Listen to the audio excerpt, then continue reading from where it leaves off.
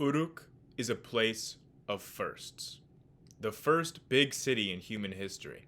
The first state government. The first written language. And, as we will see later, potentially the first colonial empire. Uruk has also had untold effects on the world of today. From mathematics to our measurement system to our histories, our mythologies, the influence is spread far and wide. We will be discussing today specifically some of the Sumerian influences on the Old Testament in the Abrahamic religions, specifically with the Tower of Babel. Hey everyone, my name is Grayson. Welcome back to another Based Theory. Now, the topic of Uruk is long and storied, and it is the winner of one of the previous polls for the topics of based theories. So, guys, I appreciate all the votes that you guys have in those polls. Keep it up. Keep voting for the topic that you want to see next. Today, we're going to be talking about Uruk, which is where the modern country of Iraq gets its name. You get it? Uruk, Iraq. Yeah, makes sense. Now, you'll notice that qualifier I had to say with Uruk being the first big city, because there are things that we would consider cities that predate it, and especially the Sumerians themselves did not consider Uruk to be the first city. No, that honor goes to the city of Eridu. But in order to lay a foundation of what we're going to be talking about, we have to go back 6,000 years in the past to 4,000 BC and look at what the Near East looked like around this time, as it's very different from today. This is known as the Ubaid period, and during this period there was widespread agricultural settlements throughout the Fertile Crescent, which was mainly centered in most of the areas north of what would become Sumeria, where Uruk is located. Now, most of these were very small agricultural communities of, less than a few hundred people.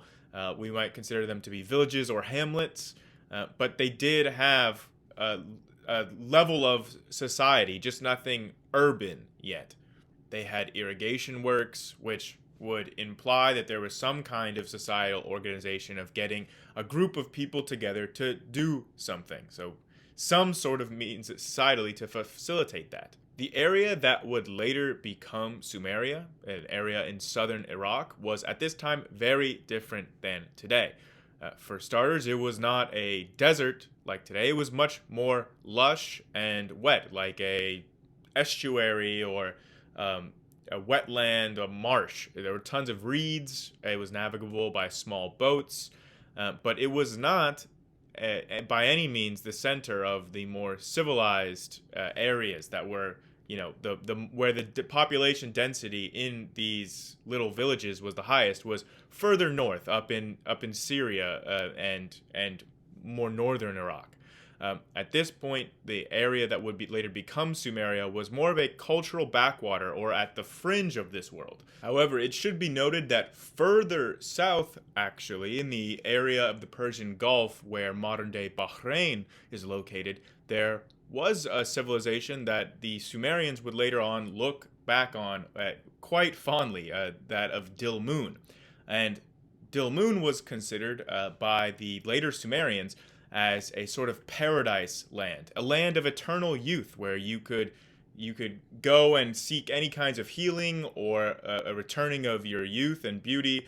It was a land of lush paradise where things never had to die. So you can already see straight off the bat a little bit of influence in the Old Testament from some Sumerian beliefs where, several of the elements of the Garden of Eden seem to relate to this fabled land of Dilmun to the south.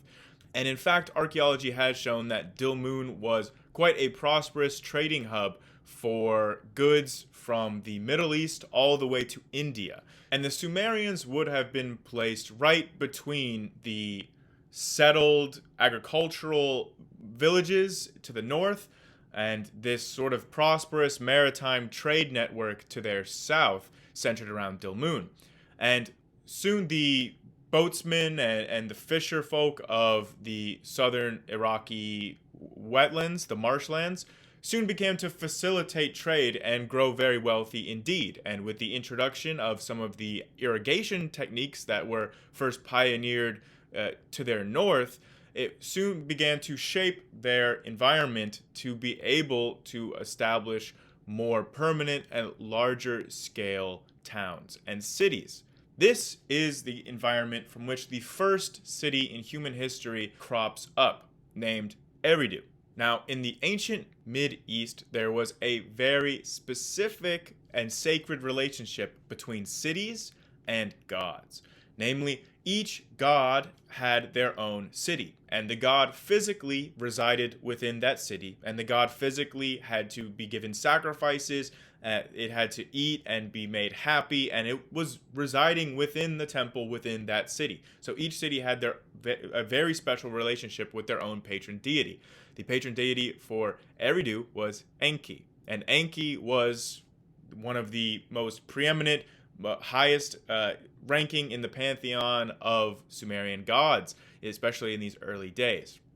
Now, Uruk comes along a little bit later than Eridu. At this point, by the time Uruk crops up as a city, around 4000 BC or give or take, there is already a complex network of city-states in this area of Mesopotamia, Sumeria, and each one of these city-states would have had their own god, would have fought each other for resources, but would have all been largely kind of part of a Sumerian civilization. However, very decentralized. Each city would have a temple. Each temple would be headed by high priests, which would be in charge of distributing the excess surplus of agriculture. So people in that time, there was no money necessarily, but you would be paid for your services in goods, like with beer or with wheat, with agricultural surplus.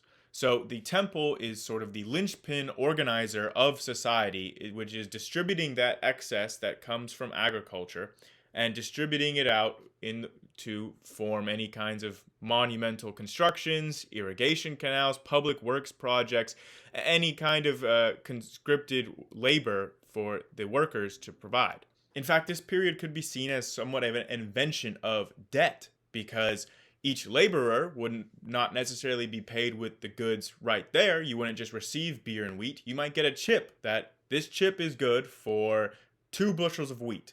All right, and then you can redeem that chip at the temple for those goods whenever you need to.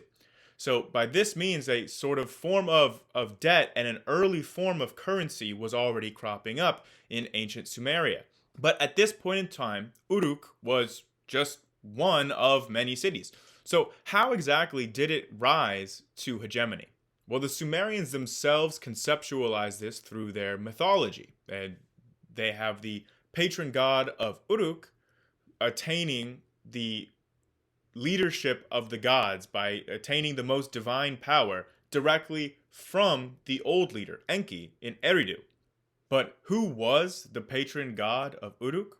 Well, there were many gods and goddesses that were said to reside within the main Eanna temple at the heart of the city of Uruk. However, chief among them was actually the goddess Inanna, who would later be described as the goddess of love and war.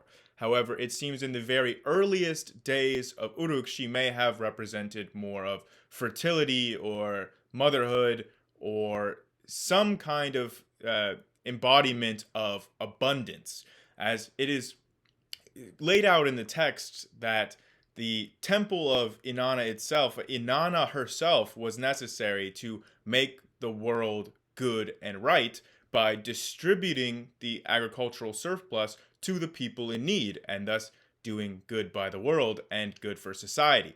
And it is from this angle, actually, that Inanna approaches Enki in the myth. Inanna travels from Uruk to Eridu, where the seat of the gods is currently, and she uses not force, not warfare, but she uses her own cleverness and diplomacy to, bribe the guards to get to Enki and convince Enki that actually she deserves to have the divine right to rule because she is the best fit to distribute the goods to the people and to make the world good. She convinces Enki with her diplomacy to give her the powers of the chief deity. And this is how the people of Uruk rationalize to themselves their their spot as the top of the hegemony. Now, how much that tracks to the actual historical events of the rise of Uruk as the predominant city in Sumeria is a little less clear. However, it is pertinent to the way that the Sumerians of Uruk viewed themselves and their own authority. The citizens of Uruk probably saw it as a moral good for society, for them to be offering up their surplus, to be making sacrifices, to be giving their labor to the temple of Inanna, because after all, who would be able to direct their surplus, their goods, their labor to a better cause than the gods, than Inanna herself, who would be doling out these different labor tasks, these different allotments of resources, the distribution from, again, I mean, they believe that this is coming from Inanna. In reality, it's coming from the caste of the high priests and the scribes who are allotting out these goods. They are overseeing a system of distribution with a bureaucratic administration. They are forming a state. Now, at this point, the state and the religion were so deeply enmeshed. I mean, most of the population probably we would have conceived it as Inanna herself, who, again, is physically residing in the temple, who is the one that is directing all of these temple activities, all this monumental construction, all these irrigation canals. Inanna is the one deciding all these things for the good of society and for the people. In reality, it seems much more likely that Uruk would have risen to hegemony through a series of both diplomacy with the other city-states as well as violent warfare, which seems to have been widespread in this region. Uruk would have also benefited from its actual geography and its position within one of the most fertile areas in the entire Near East at that time. This area of Uruk was immensely agriculturally productive. The amount of surplus foodstuffs that were being produced, specifically like wheat, in this area was almost unrivaled in the world at that time. So they had a lot of resources at their disposal. At this time, the expansion of the Uruk system was reaching beyond just lower reaches of Mesopotamia. Because, again, these Sumerians started out as these fishermen, these boat people in the marshes.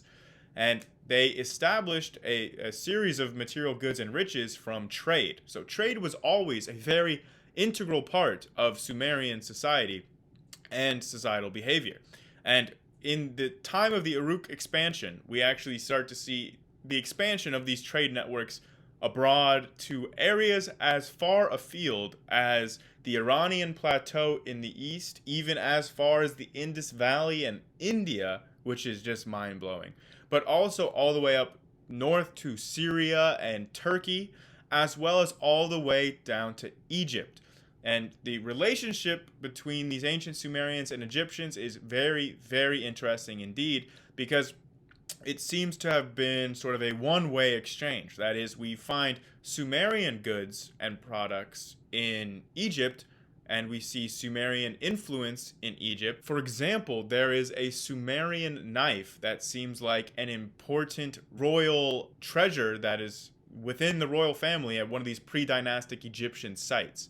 So it seems like, whether they reached it over land or going around the Arabian Peninsula by sea, the influence of Uruk specifically, but Sumerian society as a whole, in Egypt, in Turkey, in Iran, in all of the places around it, seem to have been mostly one directional. That is, the Uruk society influenced its neighbors and not necessarily the other way around, or at least not to the same degree. But it goes even beyond that, because we actually find sites outside of Mesopotamia, in places like Iran or in places like in Turkey, that actually appear to be colonies or enclaves. Sometimes these are within pre-existing cities. You might find a small district where you find lots of goods from Uruk. And it seems like people from Uruk, maybe a merchant class or some other relation, was actually living in these foreign cities within their own little Uruk Sumerian enclaves districts within these cities. But in other instances, we find complete whole cloth cities that appear built in the Uruk style, even containing temples to Inanna. Remember, Inanna is supposed to have lived in Uruk, but every city has their own god residing there. So the relationship between these Inanna-like gods in what could be considered as colonies, these colonial cities that are in the Uruk style, worshipping in the Uruk manner, a god that seems like the goddess Inanna from Uruk. But we don't know exactly if this was like a local variant of Inanna, like maybe it was seen as a daughter goddess, or maybe it was seen as, the Inanna of the east or the Inanna of the north. The exact relationship is still a little bit unclear from the sources. It is also unclear about the degree of centralization at this time. Like, was the temple bureaucracy in Uruk able to give orders to the temples in these colonial cities that were, supposedly part of the same cult of Inanna, but it could have been that they had their own local administrative bureaucracies within their own temples. And it could have been more of a franchise system rather than a corporate, imperial empire building like we see later on with the true colonial empires. So it's still unclear about what the relationship is. We know that there were at least some sort of societal hierarchy within Sumeria in the area surrounding Uruk. But how far afield this extends, whether or not it could be said to extend all the way to these enclaves or these like colonial cities made in the Uruk fashion and with strong Uruk influence, still remains to be determined. We also don't exactly know all of the dynamics at play with the cult of Inanna and exactly how that worship was done.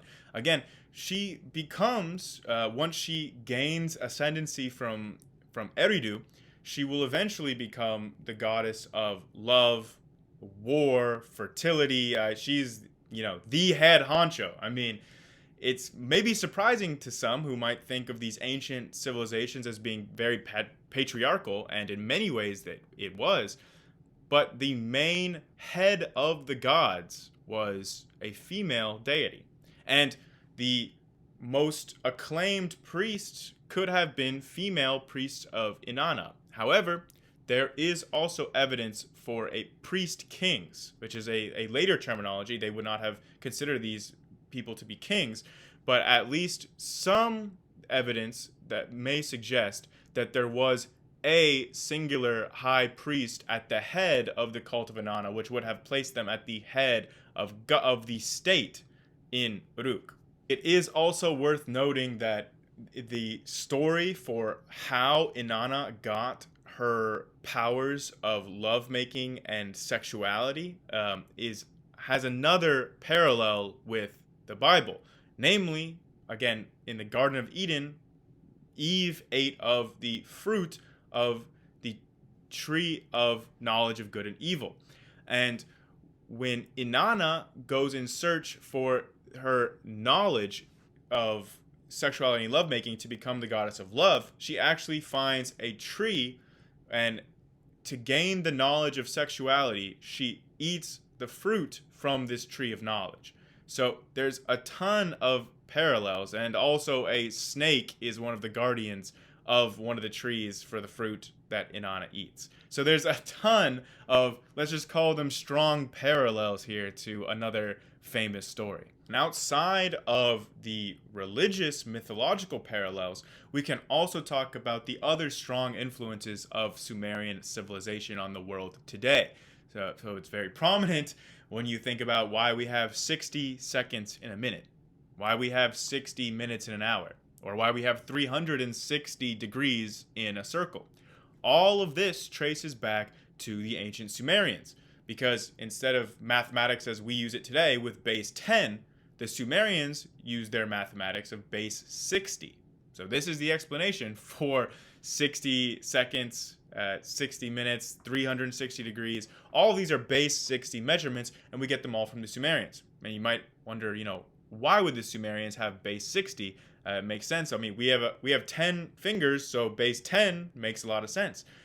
But the Sumerians actually would count each individual knuckle joint. So 1, 2, 3, 4, 5, 6, all the way to 60 on your whole body, fingers and toes.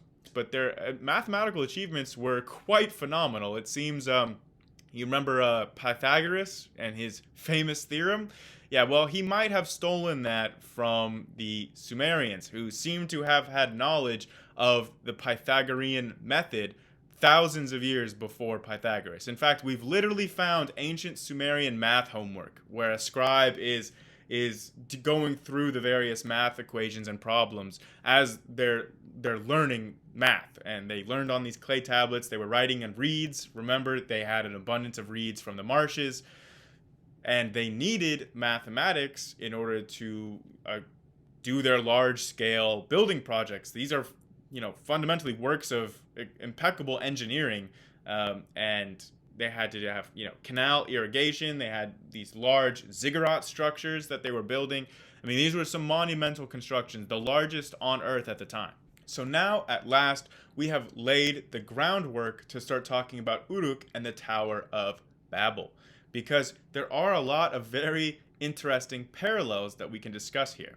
Eventually, the Uruk system, the Temple of Inanna as the head of the state, would begin to fray and dissolve, and we would see the rise of kingship, a secular head of state. So the high priests would still be in charge of a lot of religious aspects, but the actual governance, the maintenance of the military, conquests, these things were done by kings and dynasties. And we would see this dynastic system begin to arise at the end of the Uruk period.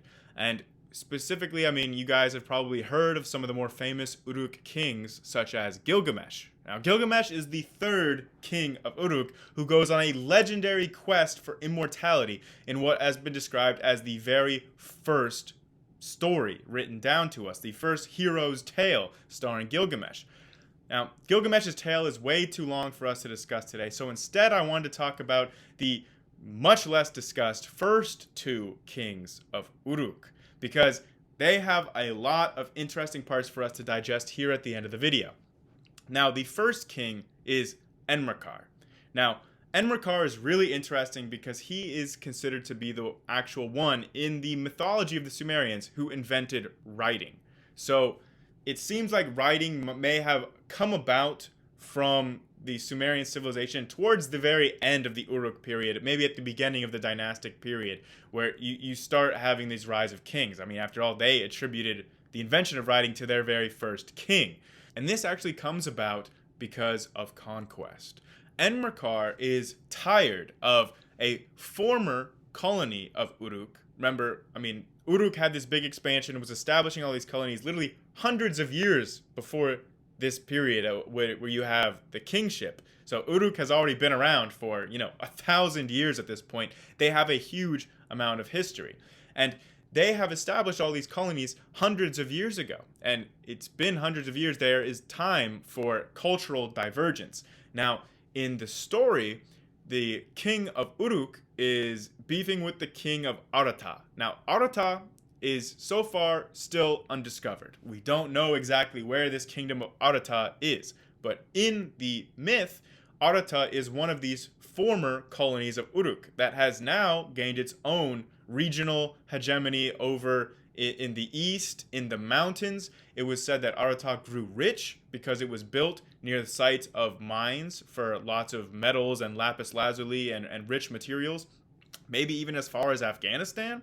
But it seems apparent that Arata maintained some kind of control over the trade networks for these mines within the mountains and grew very, very rich because of it. And the king of Uruk, Enmerkar, didn't really appreciate all those riches, and he thought that, he was entitled to some of it.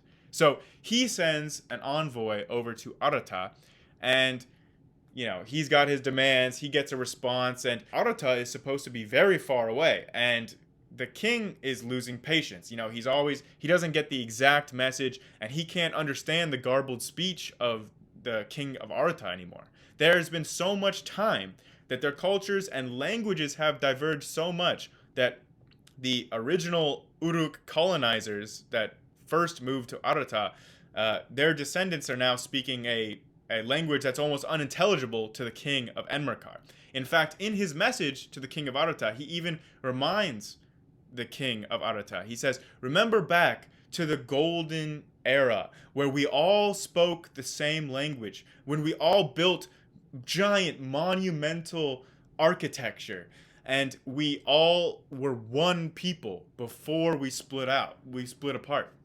And this might ring some bells to people, because in the Tower of Babel narrative, it is because all the people were one people building this massive monument to heaven that it was an affront to God, who then split apart the people, split apart their languages, caused them to speak different languages. Well, it seems like this may be a cultural memory from this story of Sumerian mythology, harkening back to the Uruk period, when they all spoke the same language, and Uruk was expanding so greatly and establishing all of these colonies all over the corners of the world at that time. And in the hundreds of years after that period, then we see the divergence. And recall, if you're struggling to put the timeline together, recall how quickly it was after the collapse of Rome that you start to see the emergence of different Romance languages like French and Spanish and Italian. It only took a couple hundred years for these more distinct languages to emerge once the political fragmentation had begun.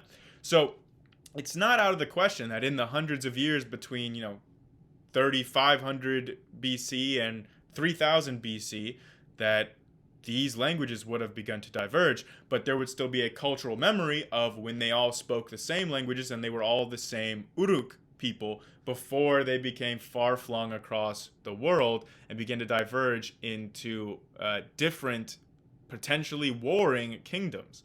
And so the king of Uruk, Enmerkar, is appealing to this shared cultural memory with the king of Arata to try to win him through with diplomacy. King Enmerkar actually invents writing so that during this exchange, since it was so far away between Uruk and Arata, that he had to write down his messages so that the envoys would not forget and they could be a mediator back and forth. Okay. And I know that was a lot of names and a lot of Sumerian language jargon, but there is one more king that I have got to touch on.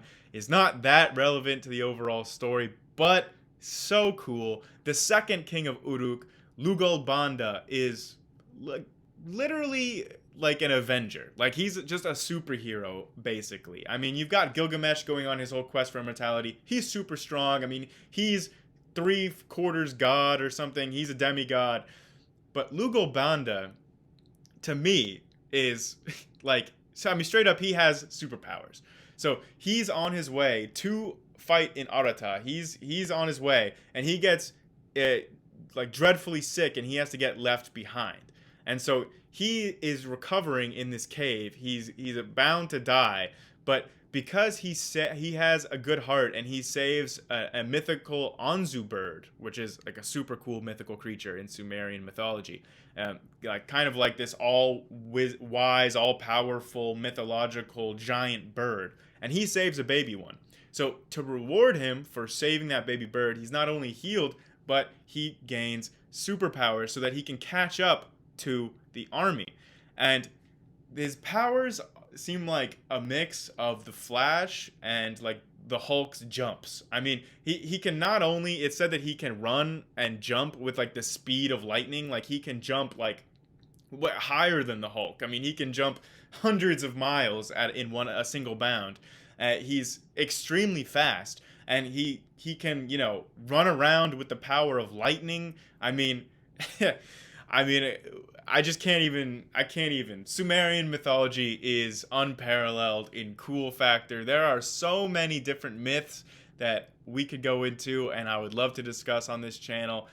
Sumerian history is one of my favorite ancient civilizations in all of human history, so I was very excited to get to talk about Uruk specifically, because the Uruk period is really skipped over. People really start talking about Sumerian mythology like with the dynastic period, with Gilgamesh, and they talk about Sargon of Akkad, and this is already 1,000+ years like after you have all of this Uruk period history with the Uruk expansion and their influence on Egypt and the development of Egyptian civilization. Egypt is probably the earliest state according to consensus. There's still a lot of debate about whether or not Uruk was a state or not, and much less a colonial empire. But they call it the Uruk phenomenon for a reason. I mean, there's something very, very interesting and very different happening in Uruk at this time. Something that had not happened before in the earth, in human civilization up to that moment. So Uruk truly is a trailblazer, not just for the development of cities. I mean, this city, we didn't even talk about this, but the population in Uruk is so high at this point, it would take, 1,000 years again for another human city to be the same size as Uruk. I mean, the amount of people, the population density here, like the humans at that time had never seen anything like it. The scale of the architecture in Uruk, again, this is like the largest buildings that humans had ever seen. I mean, if you were seeing Uruk as a human at that time, if you were traveling to the city, I mean, it's hard to believe that a god did not live in that city. If you were just looking at it, you had never seen anything like that. You didn't think that mere humans were capable of something like that. I mean, this is truly the first of its kind in human history. So guys, thanks for voting for this topic. Look out for future polls if you want to say in upcoming based theory videos. I think for the next poll, I'm probably going to stick a little bit more to science. Not that I don't love history, but I just love science so much. I want to talk more science with you guys. And yeah, I may do a video on Gilgamesh in the future. We'll see. But I'm definitely happy to go back to the Sumerian mythology, Sumerian history, because it's one of my favorite points in history. So with that, guys, the next video is going to be about the medieval civilizations of America, and I'll see you there.